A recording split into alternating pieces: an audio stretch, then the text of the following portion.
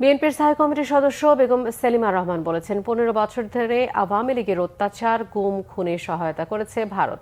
বিকেলে কুমিল্লার ব্রাহ্মণপাড়া উপজেলার বিএনপির জনসভা এবং বন্যার্তদের মাঝে নগদ অর্থ বিতরণ অনুষ্ঠানের প্রধান অতিথির বক্তব্যে তিনি কথা বলেন।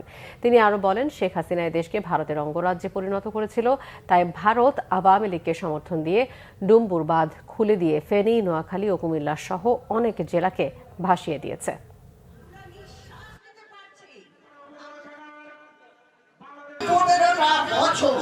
কিভাবে অত্যাচার, নিপীড়ন, জেল, জুলুম, গুম, খুন সবকিছু সহ্য করেও আপনারা কেউ বিএনপিকে হাল ধরে রেখেছে। আমরা আজকে নিঃশ্বাস নিতে